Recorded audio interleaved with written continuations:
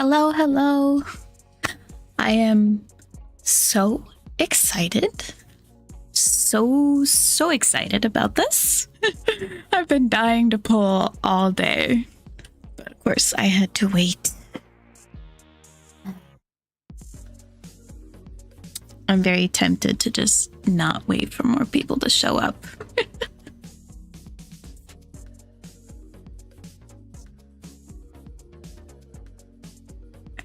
Let me switch over. There is Caleb in his very basic outfit that he decided to wear today. Yeah, that's what you've been saying the whole time, buddy. You're perfect for relieving eye strain. Uh-huh. You're gonna be wearing something very different in just a bit. Let me get this so it doesn't drive me crazy. Also, this song, I haven't had a chance to listen to it too much, but it's so fun to listen to. I know he's been saying that over and over. He's giving me subtle hints of, oh, you're such a welcome sight from all these horrible paperwork things I have to do. I'm like, uh-huh. Okay, Caleb.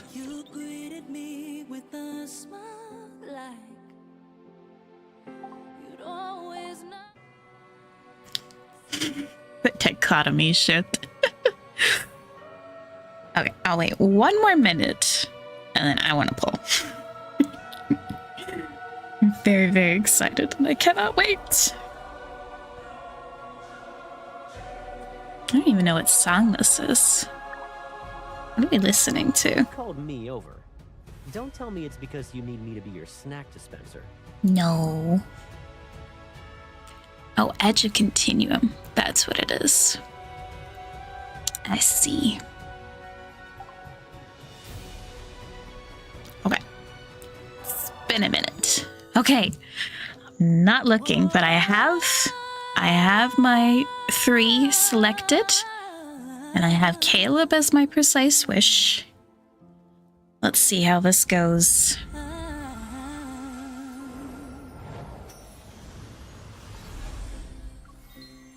Basic. Pities at 60. Normal. I had really high pities, so I'm not expecting much.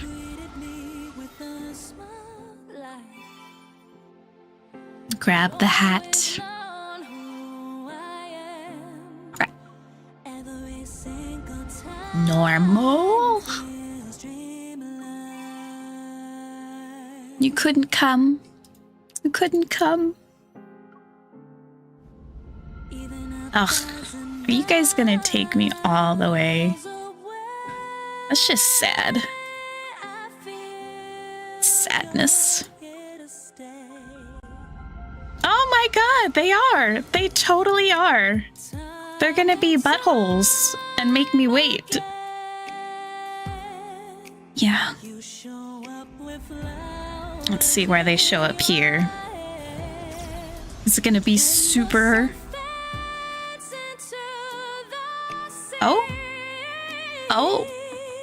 Caleb? Hello? Okay, so he was super eager. Okay. So I had 5 early. So I have Caleb as my precise wish, so means I can change it.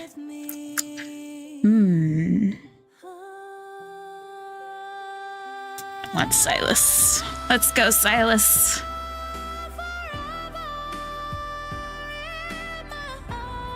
This is a very nice love ballad. Caleb, he came home. Okay. Keep pulling. Come home a little early, Silas or Caleb. Please. Please. Oh my gosh, they're gonna be so rude today, aren't they? I'm not gonna get a single early thing. Oh, wait, let me grab these.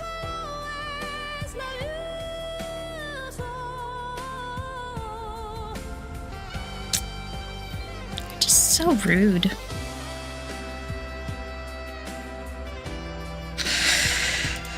I mean, I'm getting who I want, but it still sucks.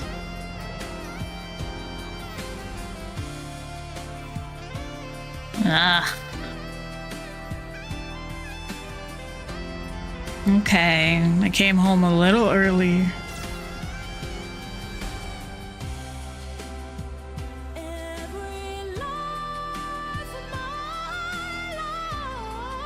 Okay, Silas? Are all my precise wishes just gonna be... Precise wishes are just gonna be useless. Oh, God. Okay. All my precise wishes are totally useless. Okay. Question is, I do want my two boys to be R1, but I also want Zane. So I'm curious. At 130 wishes, and I'll probably pull 70 times more and get the crate. So should I just put one of the other boys who I want as R1 as my precise wish, and then just use the crate for Zane? That's what I was thinking. That's how I'm feeling. Okay. Let's go, Caleb. Forgot to grab this while I was in here. Oops. Come on, come a little early. Make me so happy. Yes, Caleb precise, because I want him to be R1. Yes, absolutely. Nope.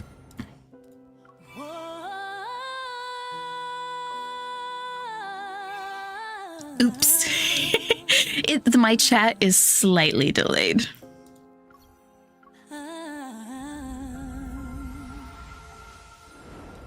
I have it set on low latency, so it's slightly delayed. Okay, come on. Come on. Oh my God. So... so stubborn. You guys are being awful. I mean, you're not making me go to hard pity for you. You guys are technically coming when I want you to. But it'd be nice if you came just a little early.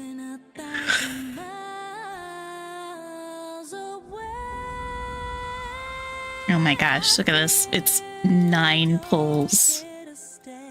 So rude.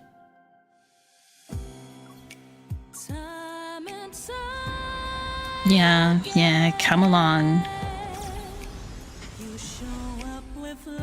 So mad at you, whoever you are. Caleb, my precise wish is useless once again. Oh my God. What's the point of the precise wish? Oh my God. Good grief. Okay. There's my crate. Good grief. Okay. At this point, I feel like I should just make Zane my precise wish so that he gets his butt here according to the according to the order we're going in, and then I can just use the crate for Silas if I need to. Good grief. Okay, come on. Come just a little early. Just a little early, please. I swear, everybody's in on it.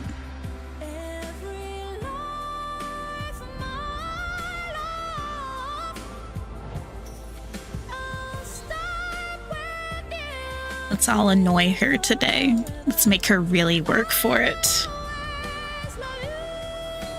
This music is so loud, it's kind of hard to hear the sound.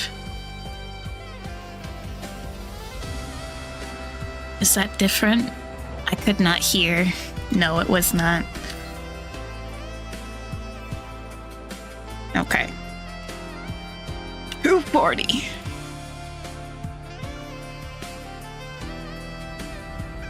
Nope.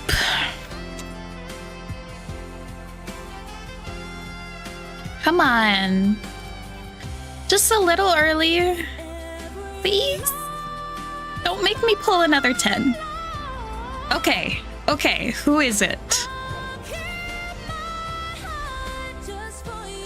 Who is it? It's Zane. Oh my god. Precise wishes are not supposed to work like this.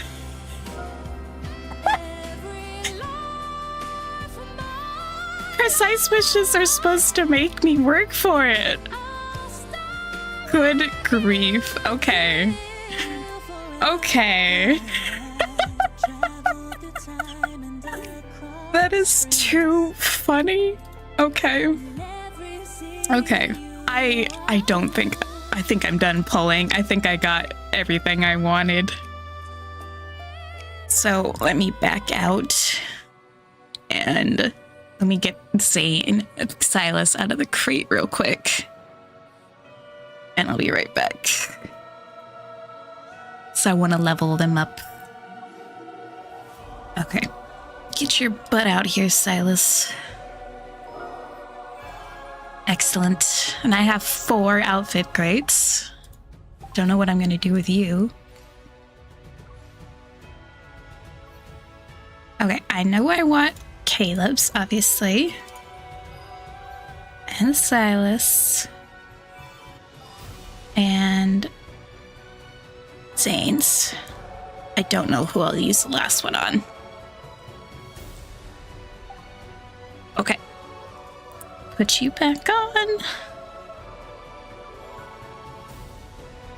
Well, I got what I wanted, but they really made me work for it. 250 wishes. Good grief.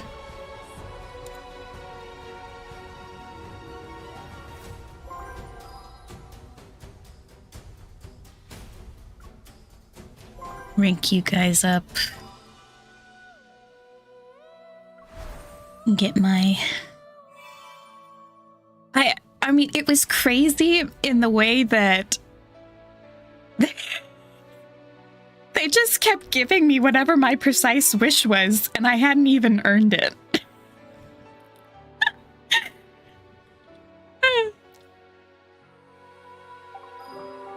Oh, look at that. 160 with Caleb. Yes. I'm so close to the secret times now. Okay, don't stop showing me. Stop showing me.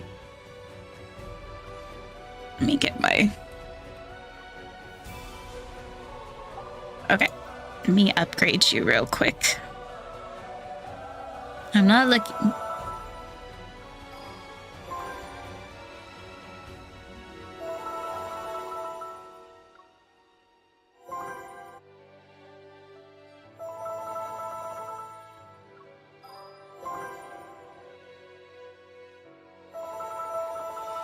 I'm covering the... I'm covering my eyes. Oh, look. Come on. Stop lagging. Almost there.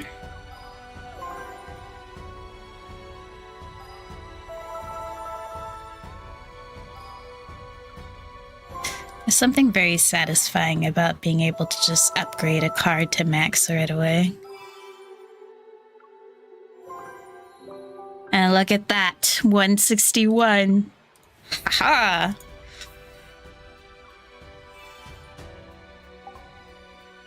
And then I get to grab this. Okay. I'll have to upgrade the other guys later.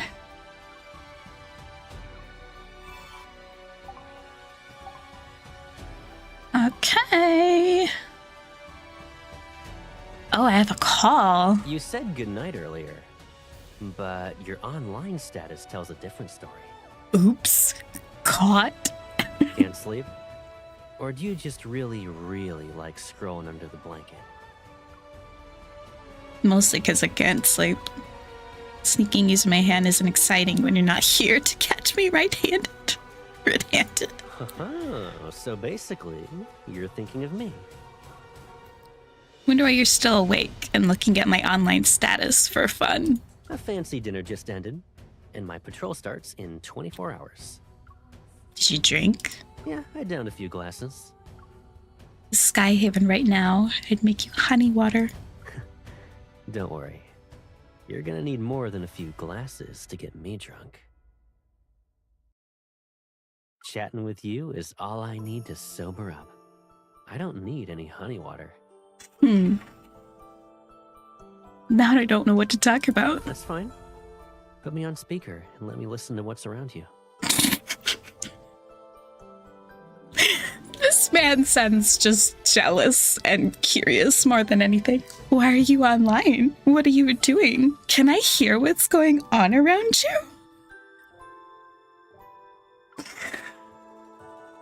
It's late though. What can you even hear? There's always something, you know? What are you implying, Caleb? Like the soft hum from your electronics, a car that occasionally drives past, What electronics are you referring to, Caleb? and your breathing. Jesus. Don't do that. Is it me? Or does the wind outside sound kinda weird? You're not allowed to scare me in the middle of the night. Okay. So, what do you want to talk about? Late nights are when people let their guard down. They're usually honest and actually mean what they say. Why don't we play that old game of ours? Each of us shares one secret. Is that why you always called me late at night back then? You're the one who texted me and said you couldn't sleep. You asked if I was up. Mm-hmm. Come to think of it, you always happen to be working whenever I couldn't sleep. Actually, I didn't have that many night missions back then. Mm-hmm. And I didn't really have any problems with falling asleep. I figured as much. Now you know my secret. It's your turn. Got it. Lean in a little more for me. During my patrols, I barely hear anything aside from the running equipment and system alerts. In those moments, I like to imagine how you look when you're asleep. Okay. I'll remember the rhythm of your breathing, the weight of your head on my arm. Mm-hmm. I've been doing it for longer than you'd think. You guys are just hopelessly in love with each other. Are you sure you're not a little drunk? I might be. I'm just tipsy enough that I see you when I close my eyes. I thought that was normal. If you want to see me that badly, get some sleep and come back safe and sound. All right. Good night. Make sure to tell me you miss me in your dreams. Oh my god, there's so many of them. Okay. I have to hang up. I'm sorry. Oh, he was in his colonel uniform. Wait. I feel bad. I don't want to miss anything, but I also want to start the card. Okay. Let me at least grab my currency from here. He's like, it is my time to shine. Okay. Let us go and open your date, my dear. Up close. Up close. Wherever the wind passes, we shall meet again. I have not seen the Kindled. I've seen like a glimpse here and there just from seeing that, but I know this is gonna be angsty and I'm not ready. At 42 Sky Blue Road, a small house sits under the sun. At 6:59 a.m., I hover over the second floor balcony to water the plants while counting down to the start of the day. Hover. 5, 4, 3, 2. When the 7 o'clock chime rings, the ice cream truck rolls past on the dot. Thank you. Thank you guys for being here. I appreciate it.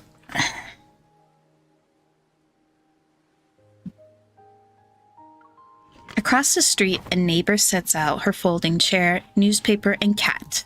Then she opens her parasol with the ease that comes from doing it every single day. She turns, twists the knob on her little radio, and that same old song she probably heard 1,000 times starts playing again. Up next, a song request. From Mr. Good Vibes. Up next, a song request from Mr. Good Vibes. May you have a perfect day. In a little while, the balloon vendor will be waiting by the 2nd Street corner at noon when students are dismissed.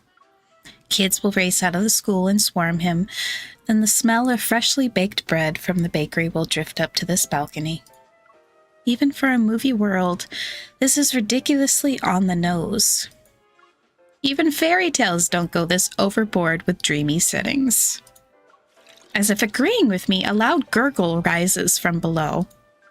Startled, I look down. My poor mint sprouts are fighting for their lives. They lift their tiny leaves from the water pooling in the flower pot. Okay. So, we are hovering, and I'm assuming we're a ghost of some kind, or have some sort of ghostly power, but we're aware that we're in a movie world of some kind. Interesting. Goodness. I set the watering can aside and float through the attic wall toward the bedroom of someone still fast asleep.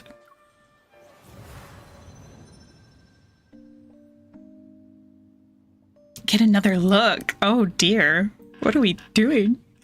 And why is he sleeping in that? 2 minutes until he wakes up. Now's the perfect time to get another look. I float over his bed and slowly lean down. Even the way he tucks his arm under his cheek is exactly the same. This is the Caleb I know. But a few days ago, when fleet problems had him on edge, I suggested we watch a lighthearted movie to unwind. And everything's gone awry since. Okay, so we are stuck in a movie world together. This is kind of what I was theorizing with my friends. I was right. Never mind how we got sucked into the film halfway through, or why I turned into a ghost. Okay, so it is sad, but we're not actually gonna be sad at the end. Okay, I feel better now. I was so right. I'm happy now. Why does Caleb believes that I called this? This is exactly what I said. Oh my god. I know. Wow. I feel accomplished. Why does Caleb genuinely believe he's always lived in this world? As if hearing me complain in silence, he slightly turns his head in his sleep. The movie version of Caleb is a pilot too, but he's currently suspended pending an investigation. What did you do, Caleb?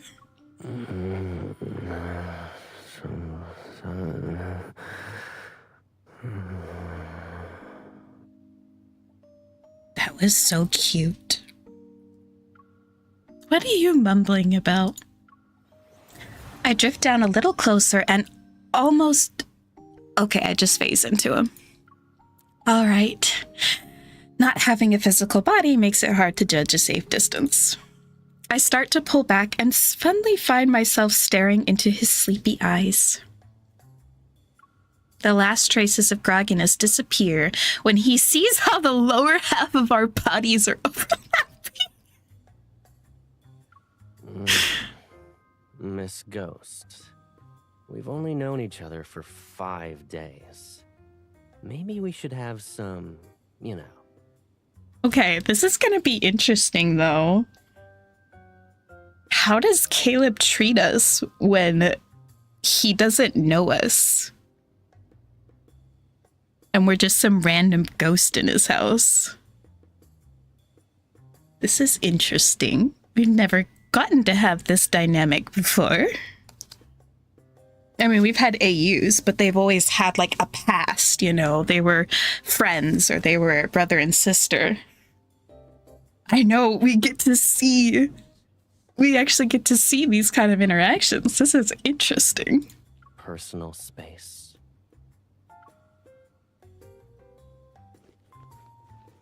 I can explain. Your room is connected to the balcony. This is the fastest route. If it bothers you that much, I'll take the long way next time. I don't want you thinking I'm a shameless person. Oh wait, you don't even believe I'm actually a person, right? At the sink, Caleb spits out his toothpaste and glances at the left side of the mirror. There's only an empty towel rack where my reflection should be. Of course I believe you. You're a hunter from Lincoln City who entered a movie world and wants to go home. Oh dear. As for the part about me being your... Oh, she told him. Yeah, you're my boyfriend. And he's like, uh-huh. 911, I have an emergency. Can someone send an exorcist over? There's a crazy lady in my house.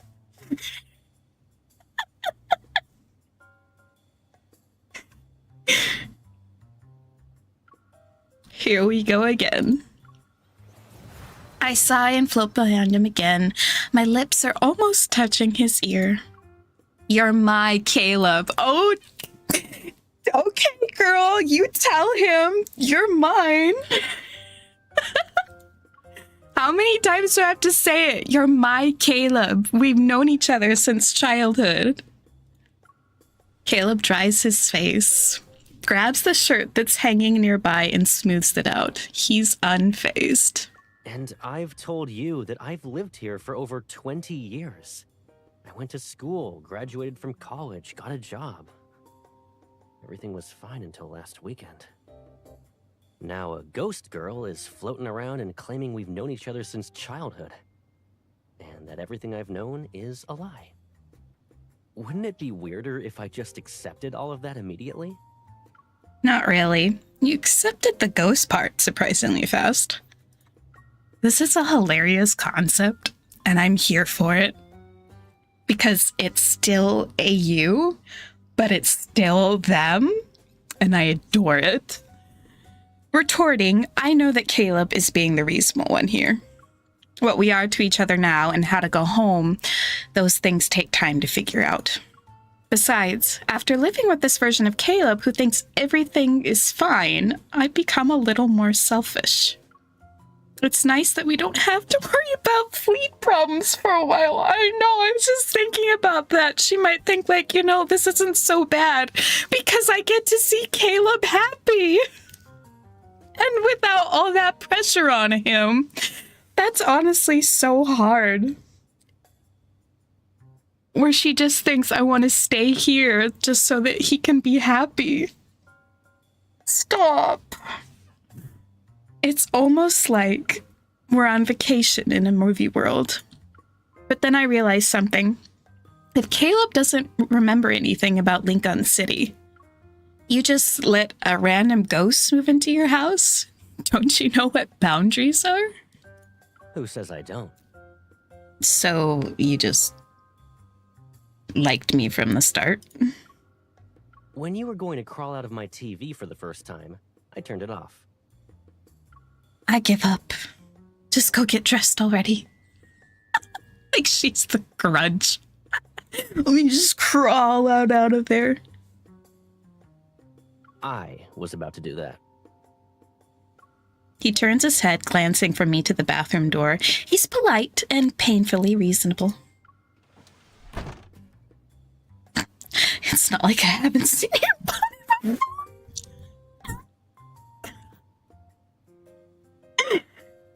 Uh-huh. That's right. You stake that claim. Do you think I really want to stay here that badly? Besides, in my current form, a door won't.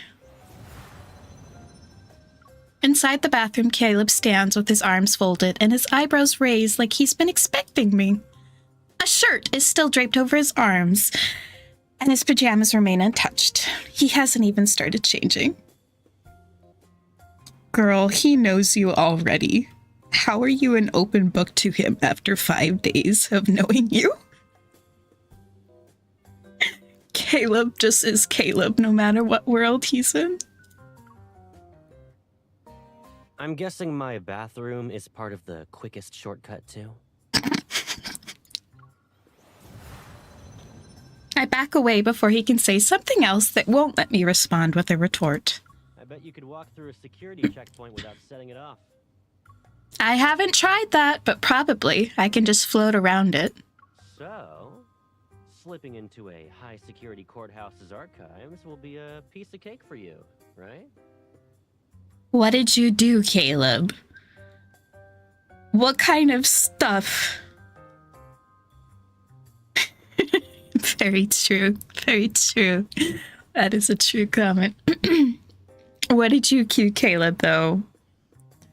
What is going on? Why were you suspended? Why do I need to sneak into the courthouse? Of course, Wait, hold on. What are you trying to rope me into doing this time? Yeah, because she can interact with stuff, so she could technically grab whatever he needs to. But can she take it through the wall, or does she have to go through openings to get whatever she's holding out? I'm assuming so, but that's cool because she kind of has more poltergeist powers where she can move things rather than just being a normal ghost. Interesting. Caleb headed out today to deal with a small issue. And see, this is our childhood home. I recognize this. And the reason he dragged me into it can be traced back to when I first appeared in this world. Oh my God.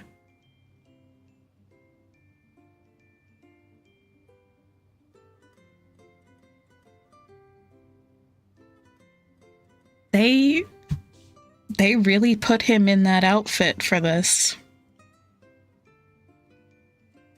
Okay. Yum.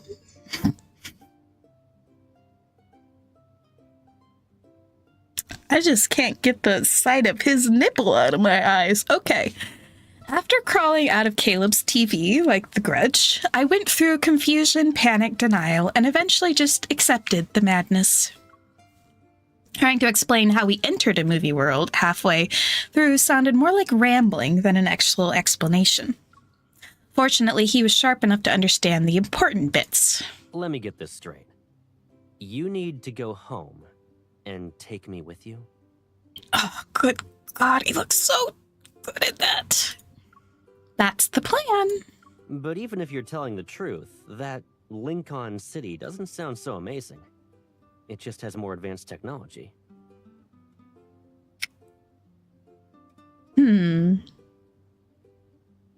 It's kind of sad looking at this from the perspective of he doesn't really care about her. He doesn't know who she is. But he's happy. And it's sad. Why do I have to leave with you and not the other way around? Can't you just stay here? Yeah, what? The conversation has taken an unexpected turn. I stare at him blankly, hovering on the top of the fridge. This world's just fine. It's even safer and simpler. You don't need to worry about anything here. Ghosts don't eat or sleep, right? A different form of existence, technically speaking. Oh, can you stand in the sunlight? He's such a nerd. Watching him already start how to figure out how to live with a ghost, I clenched my fist in disbelief. If I had a solid fist right now, I'd knock some sense into you. That's an easy fix. Let's play a game. Hand me the remote. I can't believe what I just heard. You're thinking about changing the channel now? Just give it to me. Okay, so he doesn't know who we are, but he does have some kind of interest. Interesting. I feel like I know it's very suspicious. I agree, because I'm thinking either he's semi-aware or fully aware and just wants to stay here, or because life is kind of so crappy over there that when he got pulled over here, he was happy to let them take over his mind, because he's like, this is a happy world. I get MC and everything else. And he willfully let them do it. I'm not sure. Being suspicious, Caleb. A second passes in silence. Then I pick up the remote and hand it over like it's nothing. See? That works. I just touched something for the first time in this world. How did you do that? You said we're in a goofy fantasy film, so weird things might be part of that package. Either way, I'm the protagonist. It comes with perks and hidden gimmicks. That's suspicious. That's weird. Why are you acting like this? It feels like you are aware and you're just messing with us and acting like you don't.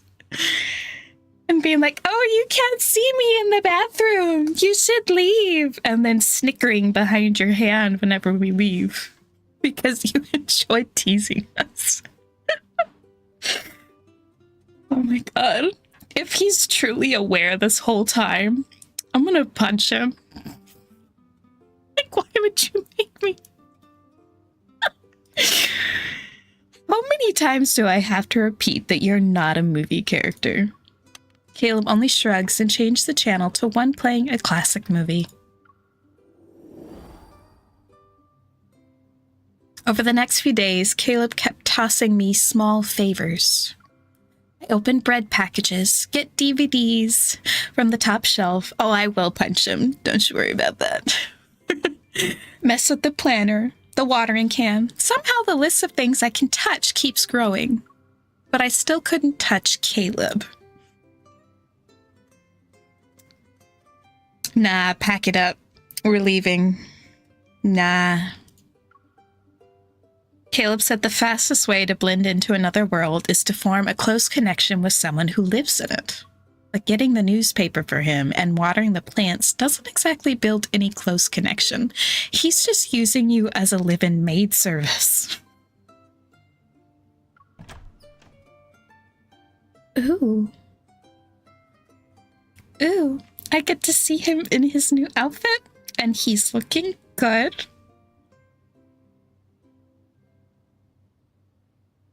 But his pants are very bunched to this one point.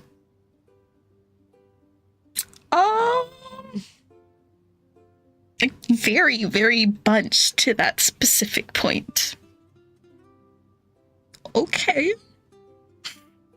Hovering outside the bathroom. He's wearing it. He's wearing it. This is his R1 outfit. Interesting.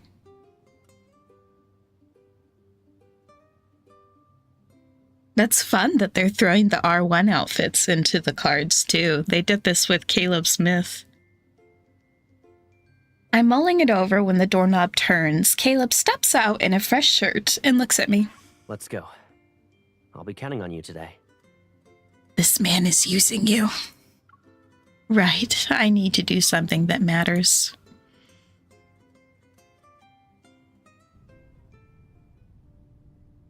The favor Caleb needs this time has to do with the investigation on him. Today's hearing will decide whether he loses his pilot license for good. What did you do? Why are you in danger of losing your piloting license? My job is to sneak in early, review the documents, and make sure the key numbers line up. These documents are for the pilot, right? The one everyone was crowding around outside? He's pretty good looking. Why would he break the rules? I've never heard of him doing anything like that. I have no idea. I mean, just keep the files. Don't overthink it. Did you leave a window open? I feel like there's a draft. The papers are all over the place. My hand freezes in midair.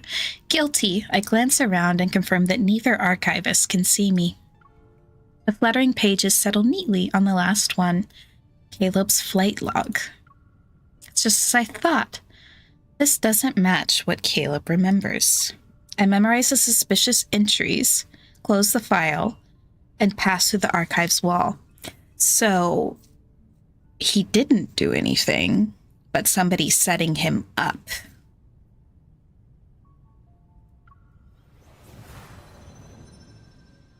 Ooh.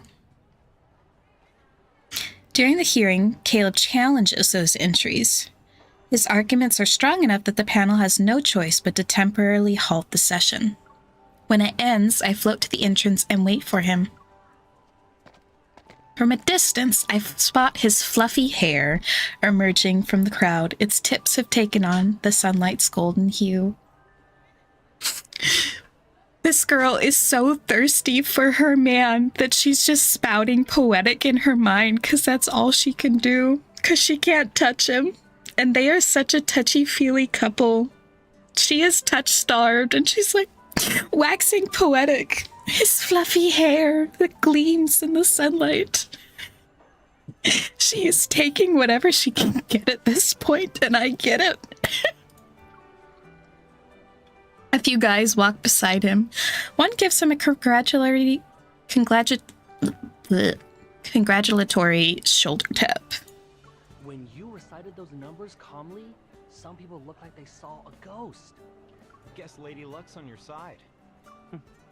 You're not wrong. As he speaks, he flashes me a smile. She's here for me. I'll see you guys later. Suddenly quickening his relaxed pace, he weaves through the crowd until he reaches me. Were you waiting long? Do you want to walk around for a bit? You really helped me out back there. I would have been grounded for life. And that half-built plane in my yard would have been on the flea market shelf before I could finish it. Its pieces will probably be scattered around and transformed into wall clocks, desk fans, and bar stools. As if. You'd be flying into the sunset before letting them be turned into scrap metal. I'm really starting to believe we've known each other since we were kids. You know me too well. Yeah, about time you figured it out. By the way, I only heard bits of what the panel said. What got you suspended in the first place? Don't tell me it was reckless flying. It's a simple question, but Caleb's eyes shift ever so slightly. You know why? Because Caleb is still Caleb. And he still kind of has those tendencies, like in his anecdote, where he's like, I'm just gonna float and be free, and it's okay if I die. But MC is what kept him from going off and being crazy wackadoo. And that's why this is what would have happened to him.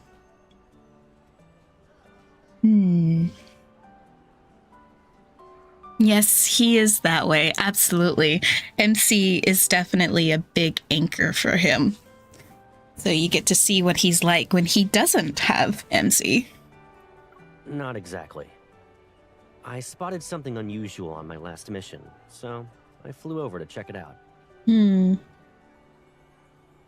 But he's also very smart, very curious, has a sense of justice in a way, and I'm sure he found something that he wasn't supposed to, and whatever higher-ups he has set him up, because he was saying that the numbers didn't line up. By the time I realized it, I had already passed the city's boundary. That's when they started watching me. Think of it as an unspoken line no one usually crosses. It wasn't actually dangerous or anything. Still unfair. I picked this movie because it was supposed to be lighthearted and fun. Now it's boxing him in. The boundaries aren't even marked. You crossed it by a millimeter and they punished you for it? How are you angrier than I am? Your cheeks are puffed up like a balloon.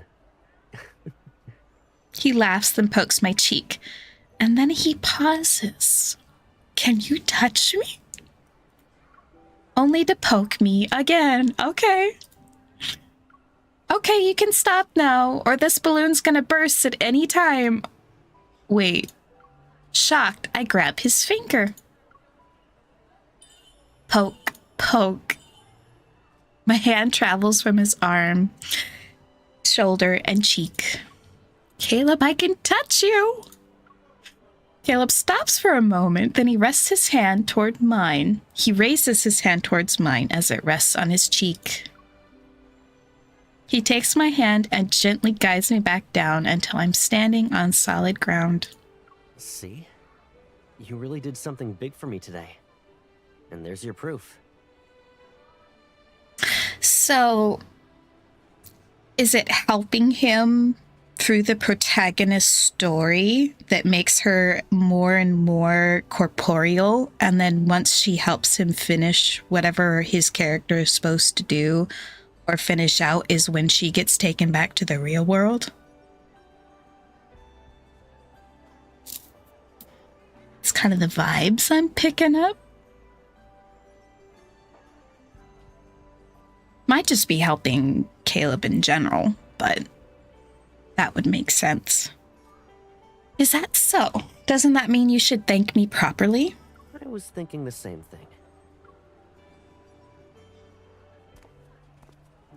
Curious how long this card's gonna be. Because usually AU cards are quite long. I don't know. That is an interesting theory. Maybe the more he actually gets along with her, feels something for her, the more corporeal she becomes. It's all dependent on his feelings. That's also an interesting idea. The light turns green and Caleb takes my hand. He's leading me to the balloon vendor across the street. It's not long before he returns with what must be a dozen balloons. They're in every shape and color imaginable. He gathers all the strings into one bundle and loops them carefully around my wrist. If you want to thank someone, flowers are the usual choice. But a bouquet feels more like something you'd give to a lover. I am your lover. Since we've known each other so long and well, this seems more fitting. Oh, you're finally admitting it? What can I say? Life's been great with you looking out for me. You finally realized it. It's only been a week, you know. But I'm already forgetting what life was like before you showed up. The balloons around my waist sway and rustle. The wind is picking up. In any world, the wind is still the wind. You can't see its shape or its edges, and yet you feel it all the same. And when it lifts your hair, no one wonders where it comes from or where it's going.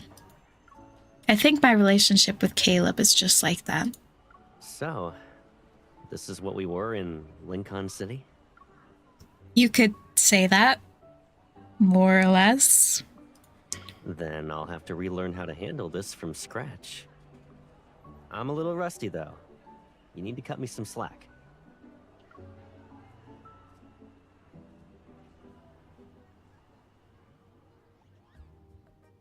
I mean, if they were going to reuse this background, they could have at least gotten rid of the picture of Caleb and MC and Grandma in the background there. Because that doesn't seem like it fits with this timeline. Just airbrush that out. The balloons are eventually tied to the balcony. When I water the flowers, I sometimes gently pull the strings. Small splashes of color dance across the walls, which give the house a new subtle warmth. A fresh bouquet appears in the vase each morning. The landscape photos in the frame slowly seek beneath new pictures of the two of us. Interesting. How did he get the camera to capture you? The sofa, the bookshelf, the closet, places that used to look neat yet empty now become shared spaces. Okay, so I was having a feeling that this was based off Up, and this is exactly what the beginning of it was, where they started filling up the house with things of them together and making it their own. And this is actually really cute. Even though starting from zero, Caleb learns quickly and soon grows into this new role. But sometimes the exact opposite happens. You're rationing breakfast now? I slide the plate toward Caleb and move his iced coffee out of reach. It's to keep you from hurting your stomach again. It's already close to giving out. Oh? How much time is left on my warranty? When it expires, do I go to customer service? What about refunds and replacements? No refunds or replacements. You're covered for life. I see. He blatantly grabs the coffee I pushed away and defiantly takes a sip. You guys are such brats towards each other. It's so funny. But see, Caleb gets to be the one who's a brat right now. And MC is the brat tamer. This is funny. There's no reason for me to start a maintenance check today.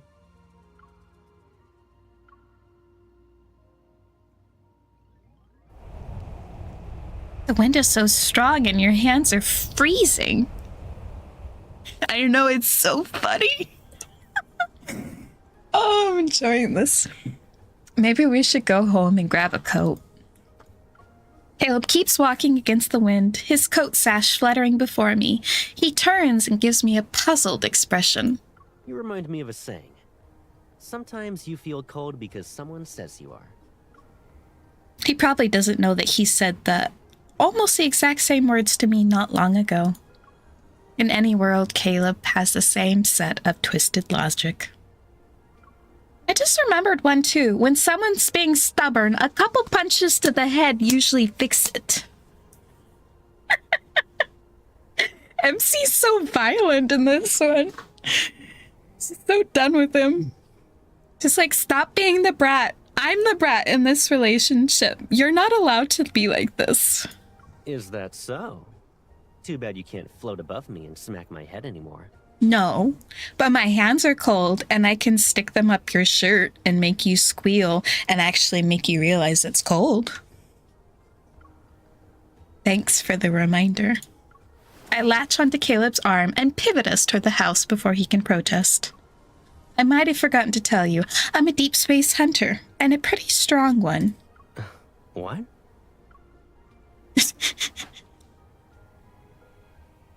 Ooh, this is pretty.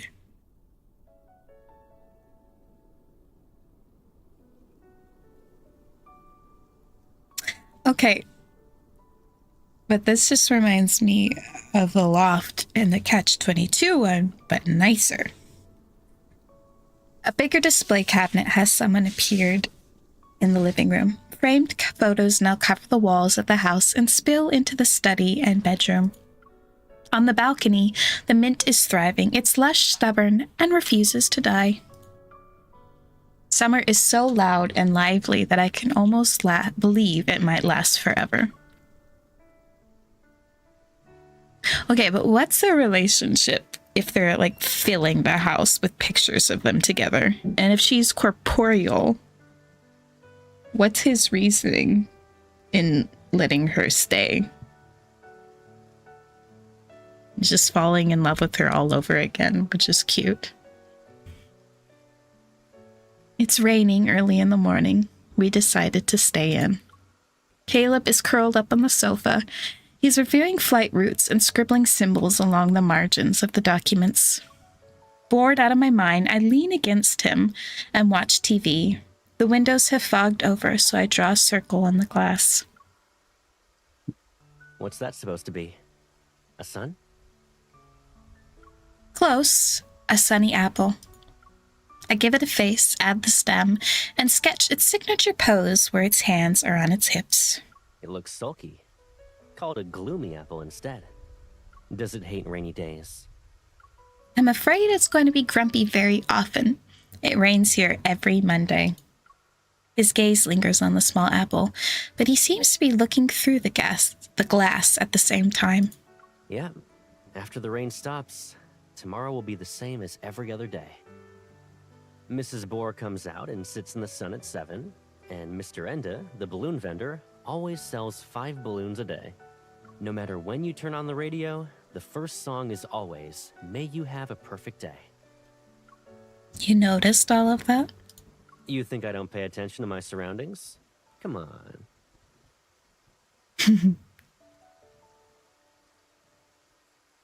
Caleb ruffles his hair, his hand lingering there as if he forgot to move it. Doesn't it feel repetitive? The world's perfect, yet nothing changes. Sometimes. But the truth is, we never really know what kind of lives the people around us are living. The neighbors might be thinking I'm the one who's predictable and boring. Vanishing during missions, sleeping until it's 10 o'clock on my days off, drinking the same black coffee every morning. I know, and he said, "Come on." Oh, the way he just says things are so cute. Yeah, all the boys have their little voiceisms, and I love hearing them. Let me correct you. Your mornings include at least 1 serving of bacon and eggs now. Oh, true. Oh my god, he's so cute. Just the way he says things. Just Oh, true. the way he said, "Oh, that's adorable. Stop." He leans back against the sofa again, and this time his head moves towards the crook of my neck. His idle breaths are warm. I've lived alone for so long that I've gotten used to keeping myself at a distance.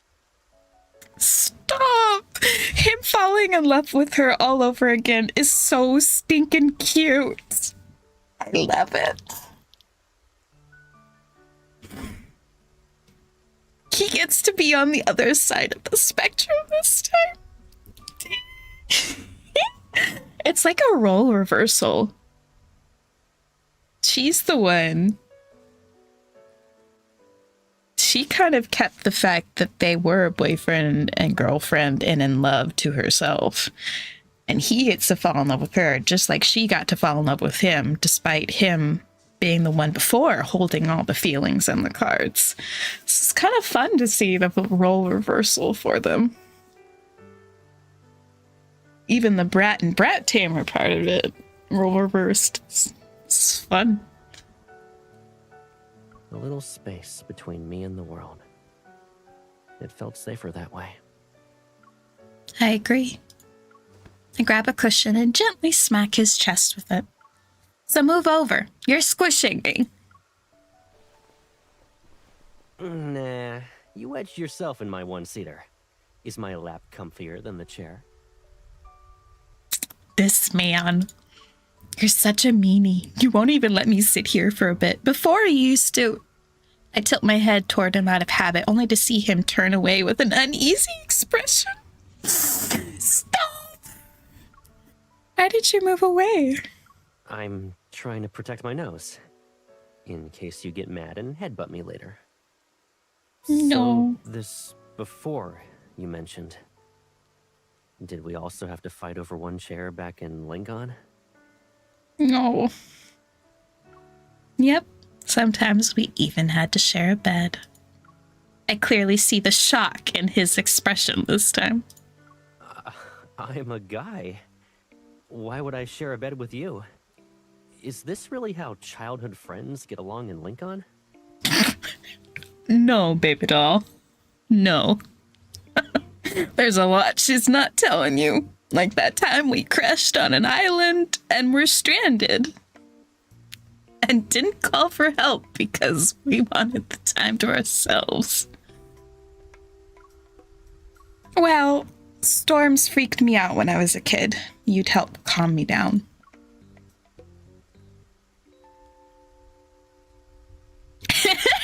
is kind of jealous of himself. But he's also... He's like, did that really happen? And he's like, wait, I want that to happen. How do I get that to happen? This sucks. Caleb stares at me for a few seconds. He still doesn't know whether or not to believe me. If the thunder's loud tonight, you can still call out to me. Nah, it's okay. I'm not a kid anymore. And you're right. You shouldn't be hanging out in my room. I stand up, pretending I'm unfazed while my heart is screaming in silence. Does he just want to be my friend?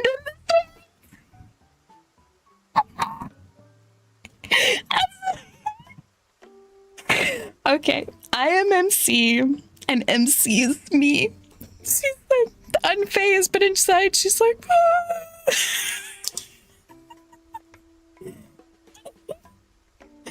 Oh my god, this is too funny.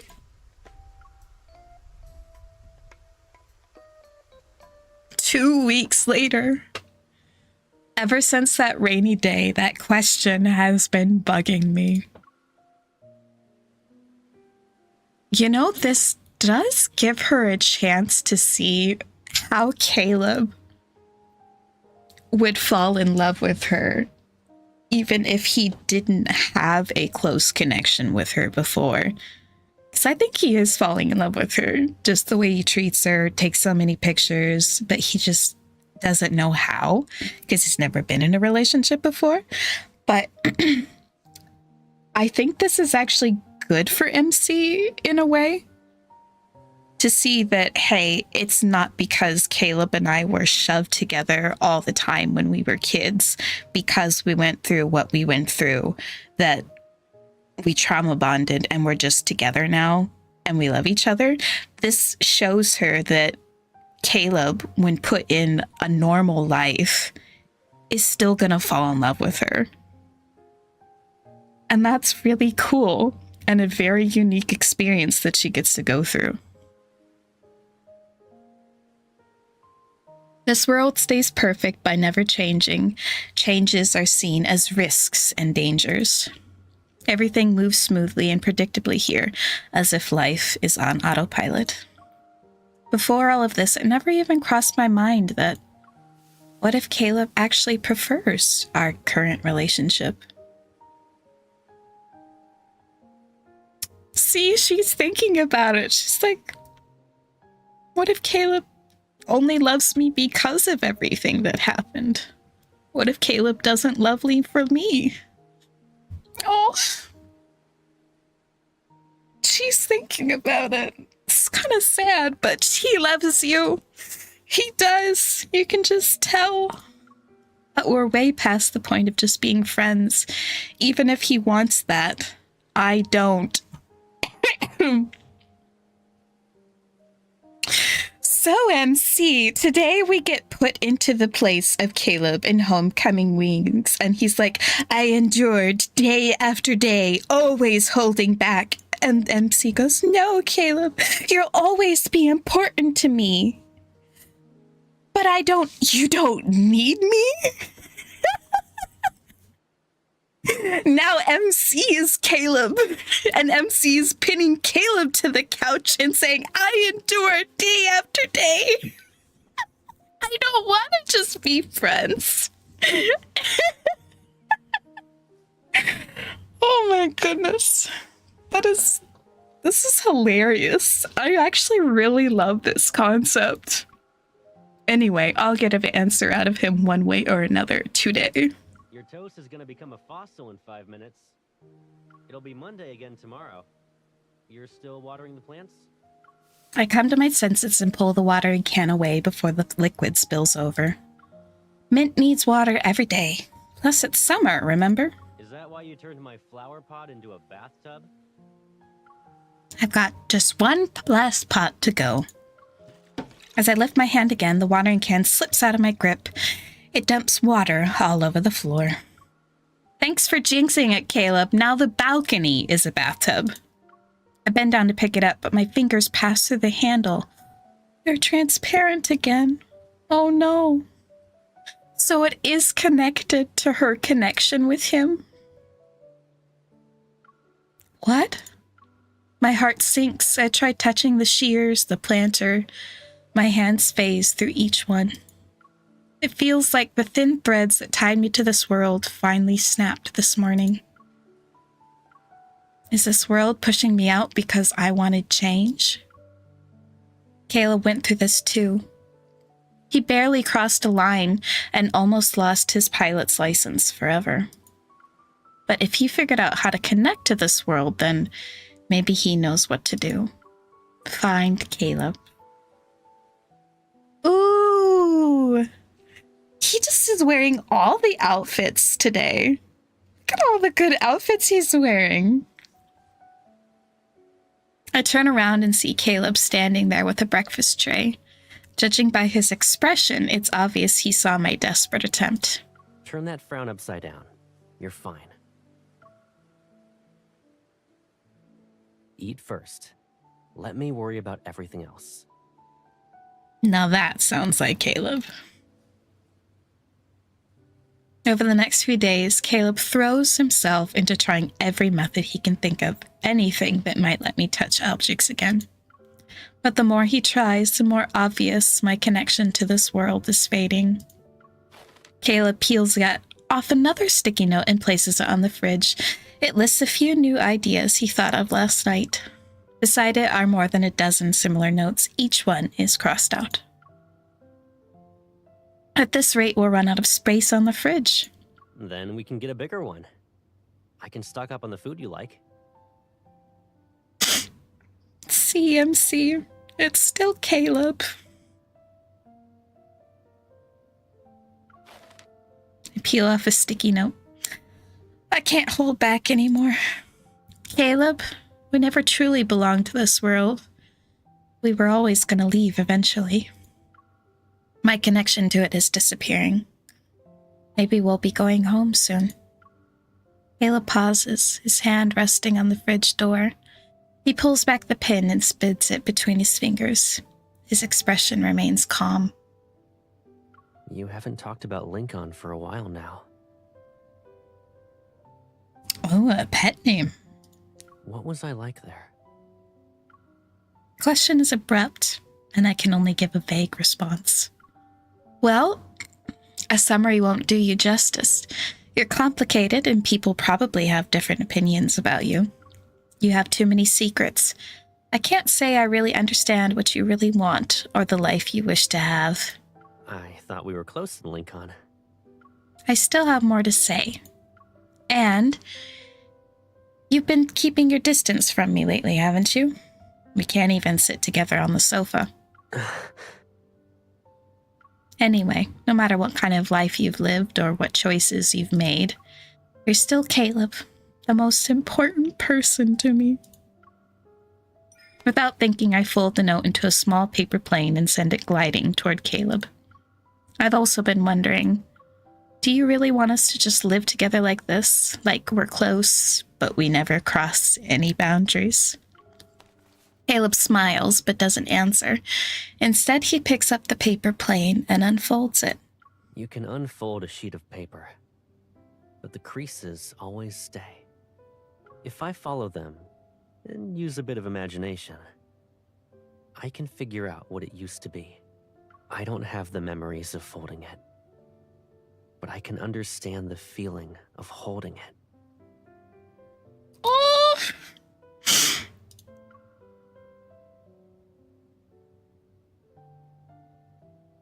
He refolds the paper into a small crane. And places it in my palm.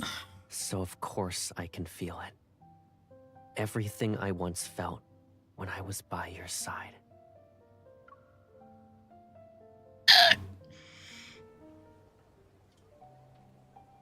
The notes on the fridge stop multiplying.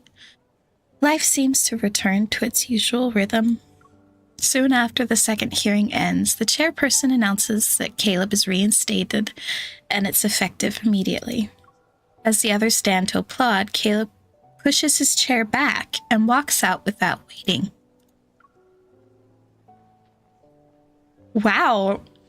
They really are just throwing him in everything. I'm not complaining, but did they do this in all? I don't think they did this in all the other cards, did they? It's nothing special. I'm just getting back what was mine. Sunlight streams down from above. Oh, this is his pilot's uniform in this world. Okay. His uniform is crisp, and the pilot's insignia on his shoulder reflects a faint glint. Despite all this light being around him, none of it reaches his eyes. Do you want to walk around? I'll treat you to ice cream. It didn't really help this time, but I can at least celebrate with you. Sure. There's a place I've been wanting to visit.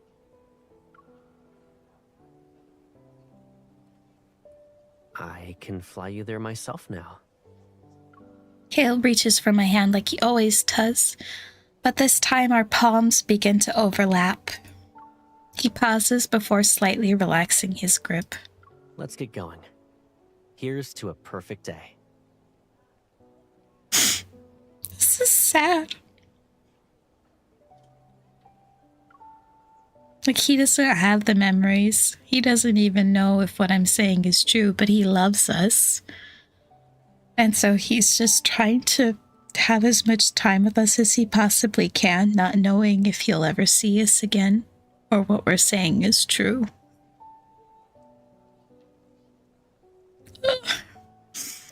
Sunlight fills every corner possible. It's the same clear sky as always.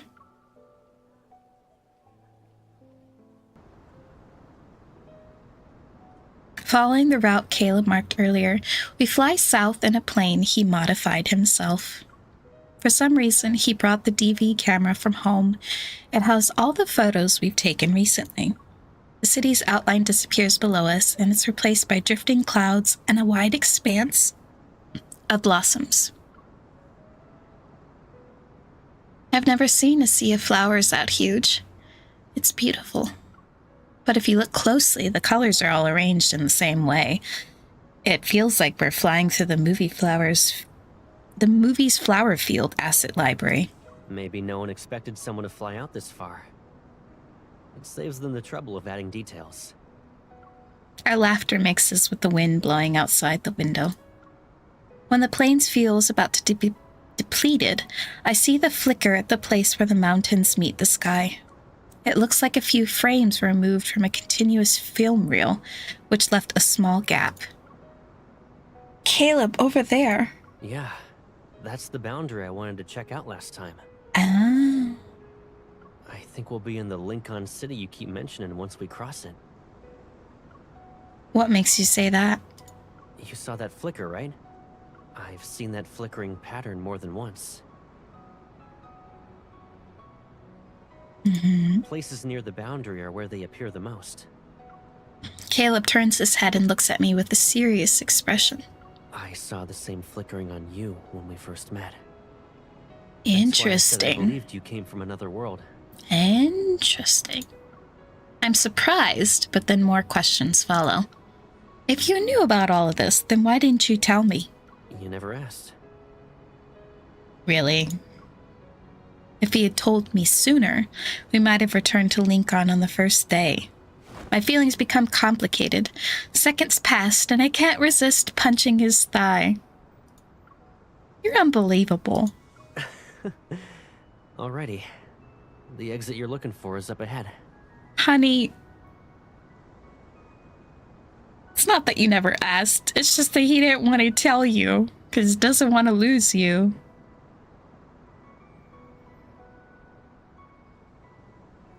Because he doesn't have the memories, so all he has is your word. And he gets nervous because he doesn't want to lose you. If you want to leave, the remaining fuel will be enough to carry us through. Do you want to leave with me right now, though? The plane remains steady among the clouds, yet my mind returns the question I couldn't answer a few days ago. What kind of life does Caleb really want? Lincoln City isn't as calm or carefree as this place. There's a lot to deal with. We'll run into danger and take on heavy responsibility. You'll have an endless stack of reports to review. Wait, you don't want me to go back? It sounds like you're trying to make me stay. I'm telling you to think carefully. Sunlight filters through the porthole and lands on his face. He steadily maintains control of the plane and smiles. That's it? You think I can't handle those things? You have a point. The engine roars and the route to go home appears. Feeling tense and expectant, I look at Caleb. When he remembers everything after we return, I wonder what expression he'll make. I should tease him first and then... Oh. Huh? I follow his startled gaze. The nose of the plane pushes into a translucent barrier. The aircraft slows as if pushing into a glass about to harden until it finally stops. The last of the fuel is burned during this strain. The plane begins to spin and the world twists into a swirl of colors into the sunlight. Everything starts to fall. I close my eyes and the world gives way around me.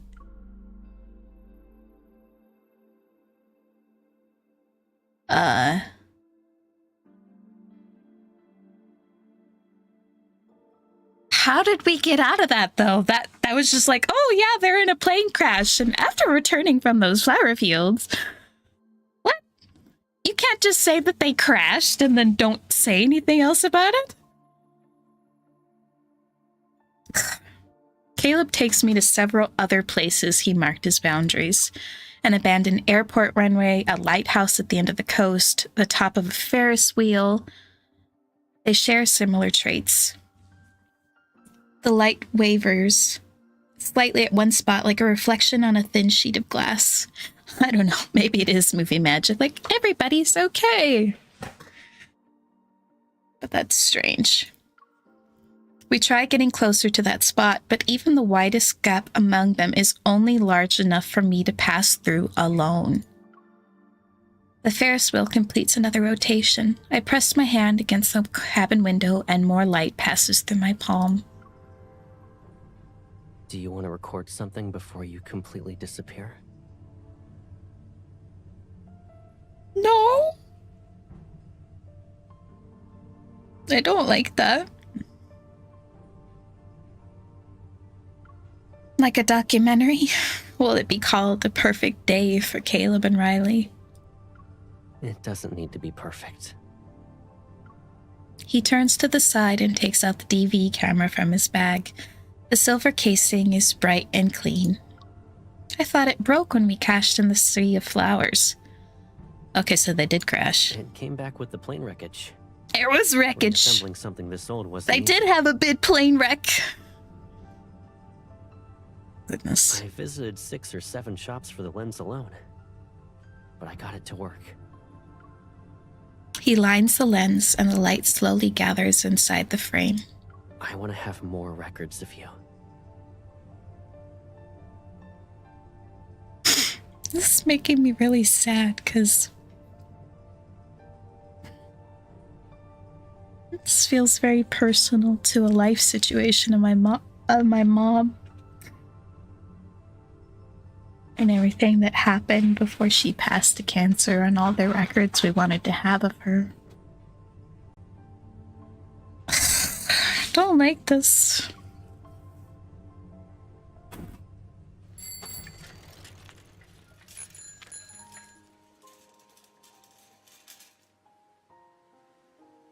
After leaving the amusement park, I hold the DV camera while Caleb pedals a bicycle. He's carrying me at the slowest pace he can get. The wind nudges us from behind. In the viewfinder, the street moves slowly in reverse. You said you'd bring me to that cafe to try the worst drink on the menu. The cilantro latte. No. What kind of monstrosity is that? What the heck is that? Who would put cilantro in a latte? That sounds nasty. I hate cilantro, but I can see where its place is on food, but not in a sweet coffee drink. Oh, oh God. It's still open. Do you want to try it? No. We'll probably scare the staff. Pass. We can film ourselves and pretend we tried it. You can get a sip at another time, though. The camera keeps moving as we pretend to do all the things we planned. Pretending to sip lattes and go on a movie date. We act as though we won't run out of time or watch the battery die. I film a cat sleeping in a flower pot, an exaggerated graffiti-covered sign, and a plane leaving a contrail across the sky. Sometimes Caleb takes the camera. He points it at me and the streets and shop windows we've passed together.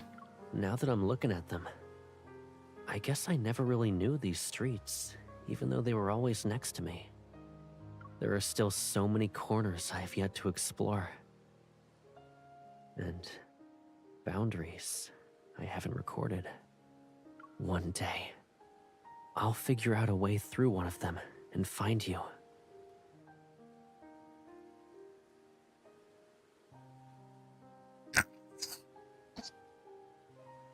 Mm-mm.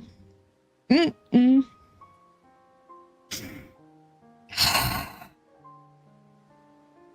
This just feels like pain. This is pain. Everything around us is quiet. Light filters through the leaves and flickers around the lens. He lowers the camera. His steadfast gaze is clear and fixated on me. That's what I thought I was going to say. Thankfully you didn't. It sounded too much like a sign-off. I say it nonchalantly, but I turn my head so he won't see my expression. Yeah, I figured as much. I tried getting a close-up of you and that mountain of balloons you're holding. The camera refused to focus, though. Then I played it back and realized the blur doesn't really matter.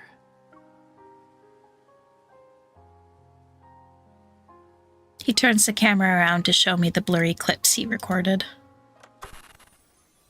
Instead of making flight log entries like, on this day at this time I went somewhere with you to do this and that, it's your laugh, the sweetness of the ice cream, and the warmth of the sun that I want to remember.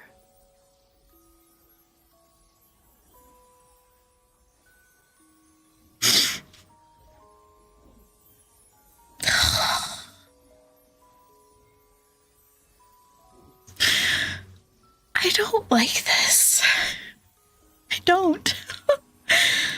When everything else fades, those blurry yet real moments stay with me. Yeah.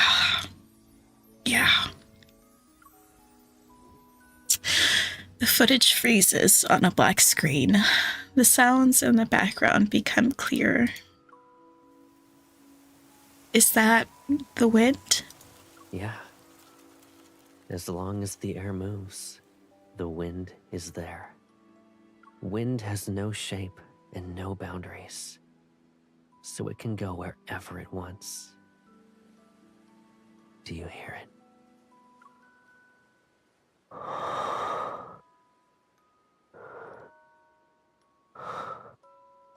This is the closest wind to you right now.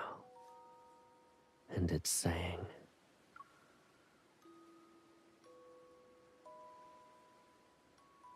I hold my breath. Caleb suddenly hits the pause button and reveals an easygoing smile. stay tuned. Excuse me. I'll save the sentimental lines for later. As you've said, we haven't reached the finale. Well, if you're gonna tell me I love you, why would you wait till the last moment? I need to keep a few lines for next time, you know? Then you'll have a reason to think about me.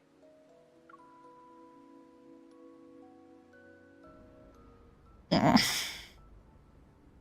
It's evening when we return home. The camera's battery is almost dead. Caleb ties the balloons we brought back on the balcony. I look out at the window as the entire city slowly sinks into dusk. Maybe this world will flicker like a device that's turning off in just a few seconds, and then I'll return to Lincoln. Despite knowing we'll meet again, I still feel sad that the moment is approaching. Before I leave, I should properly say goodbye to this version of Caleb. I think before picking up the sticky notes on the table.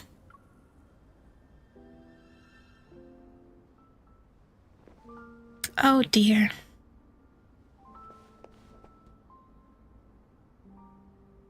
I'm not ready. I'm not ready for this.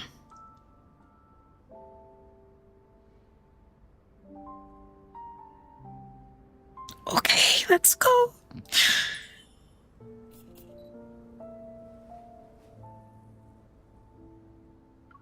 Caleb.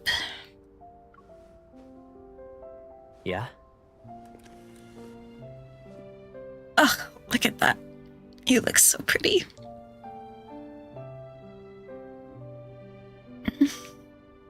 It looks like you missed one.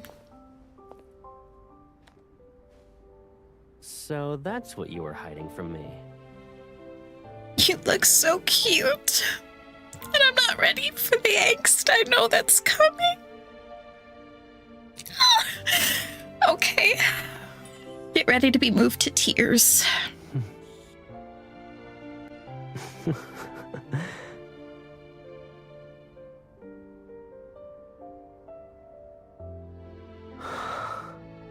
Oh.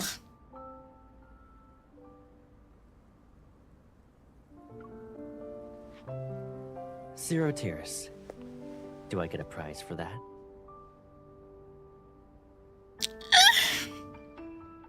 Give a balloon. When you see its grin later, I hope he makes it smile and think of me. Ah. Around his finger. Like this? Ah, you're so cute! This band-aid does nothing over my broken heart. Then, this one's yours.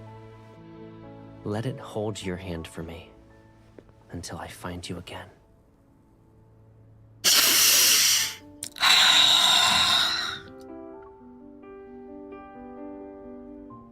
You'd better be quick. Oh, hugs. I'll fly to you. Oh.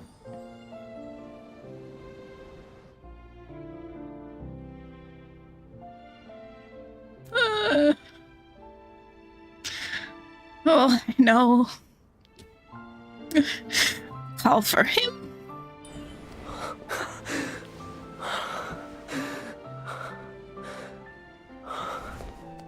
No.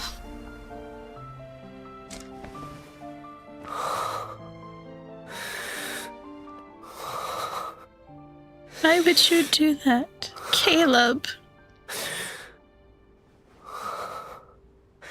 Oh, God.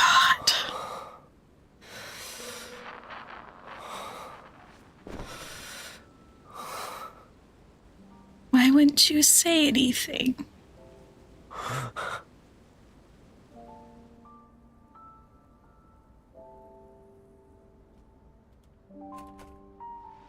I went everywhere.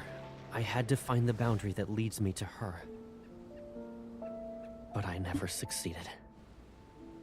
That feels like a team time lock. Never made it to Lincoln. What?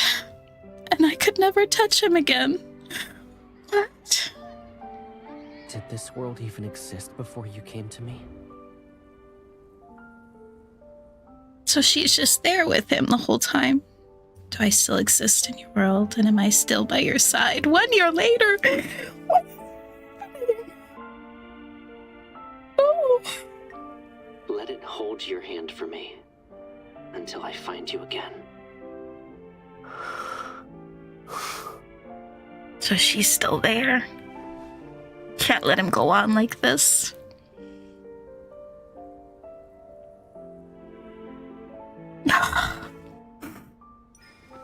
Push it. Push it. Come on.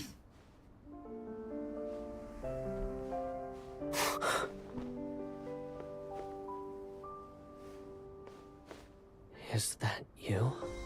Oh my! His face.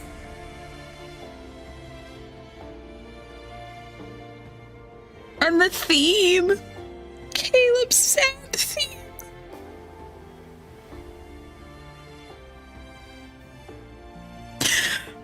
Oh, nod.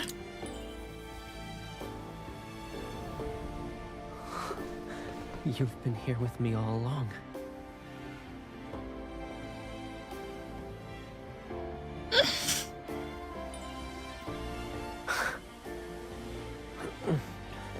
I guess I'll never have any privacy with you around. Do you mind coming a little closer? So this is a year.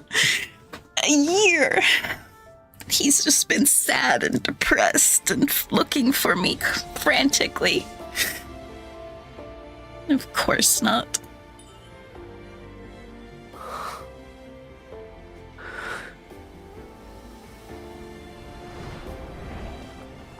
And there I am.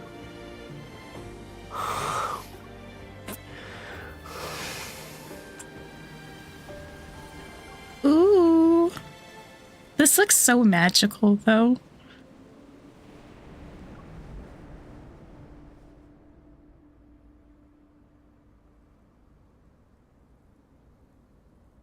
Why'd you gotta hit us with the gut punch of it all, though? Of him frantically trying to hold on to us. So all it took was Caleb finally getting over his little, like, oh no, I gotta wait to tell you what I want to say. And he finally kisses us and says, oh yeah, I do love you. And then we're back. I am gonna hold this over his head for the rest of our lives. You absolute dumb butt. Are you kidding me? I get all sad and say, oh no, we're getting together and it's depressing. Just be an absolute jerk. Wind rises and rushes. The sound fills my ears like a plane's roar as it finally breaks through a boundary. The sweet, buttery scent of popcorn reaches my nose, and I open my eyes. The theater is dim. Credits roll across the screen, and the colorful balloons float against a backdrop where the sky is painted blue. Okay, the question is, do we remember this? Did we just live a full year? Maybe even longer, because we were there for a few months, like a year and a half in an alternate universe, and we come right back to this. Warm fingers curl around my palm again. I turn my head. When you're really engrossed in a movie, time flies. Did you not remember this? Did I just have that whole sad experience by myself? And you cannot make this up to me by being in your colonel uniform, Caleb. And this one ended at an unfortunate moment.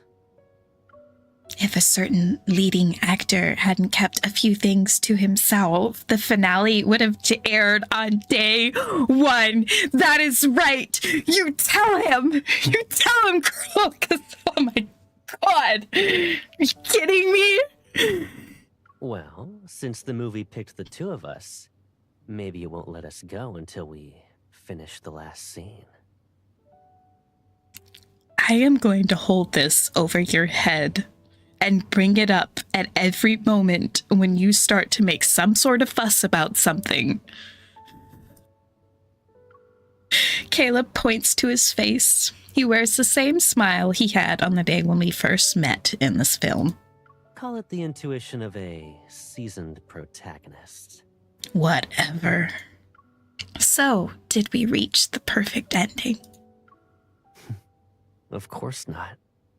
Our story isn't something someone else wrote. We don't have a fixed ending. Once we leave the theater and go home, we'll still have plenty of things to do. And lots of stuff to talk about. Oh, I'm sure. I'm gonna have lots of things to talk about over this past year and a half we just lived out together. I can already see you're ready to interrogate me. Yes? Are you kidding me? Yes? What he said was true. Many things come to mind, yet emotion always arrives before reason. My heart feels like an overfilled balloon, light, stubborn, and certain. It flows past every boundary as it floats towards Caleb. You said you would save some lines for me. I didn't forget. You owe me an answer since you made me wait a long time. Oh, that. I thought I already answered your questions with actions. Like right now. No. You do not get to get out of it by like, oh, I kissed you. That should show you that I love you. No. Not after waiting and not saying it at that moment and then being a year all depressed, the both of us. And then be like, oh, I love you, kiss, kiss. No. Nah, you need to say it. You can't just say, my actions speak louder.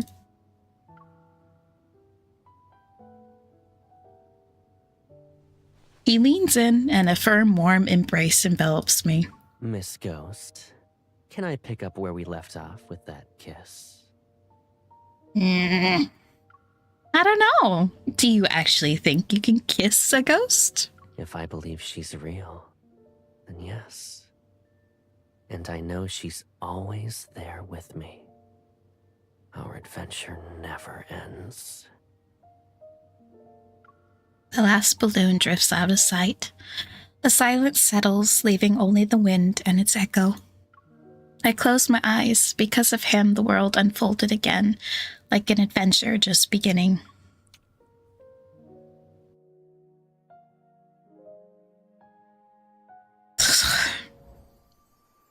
Okay. I was sad. I was sad for a good portion of that because the themes just got to me. But I just ended that feeling so upset with this stupid man. I love you, Caleb, but that was so stupid. Are you kidding me? That was a really good card. But oh my god, I was so frustrated with him.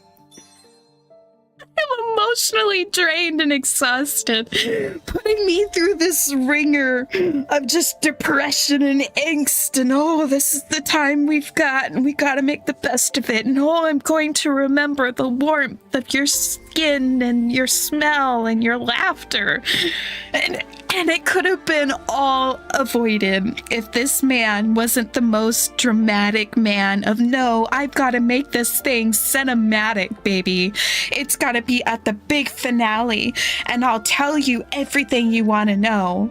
And instead, it puts us into bigger trouble than we needed to be because you decided you wanted to be all fancy and dramatic. Oh, God.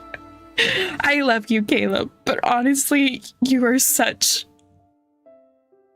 a butthead sometimes. Okay, but I did enjoy that card. I really loved the themes, and I loved that it was a reversal of their roles. So I did enjoy that. Okay. I know not everybody may be able to stick around, but if I'm gonna watch another one, like, I love Silas, but I'm so intrigued by Dawn and Devotion and what this Pride and Prejudice type one would be. Should I go for it tonight, or should I just do it a different night? That is the question. Oh. Or should I go for Silas? I don't know. Maybe I'll just watch those on my own and record them on my own. Yes, I am thinking I might just call it for the night and maybe record those on my own because I do want to see them, but I feel like a dish rag right now. I've been emotionally wrung by Caleb. Okay, This new airplane model has a I design think I've that's never gonna seen be it before. for me tonight I think I'll buy it and check it out. because I feel very wrung out. Very, very wrung out. And I got this house. How big is this? Oh. It's just a house. Put it there for now. I need to redo this whole place anyways. But yeah, I'm not gonna do another one tonight. I was crying for part of that and now my throat hurts. I can't talk anymore.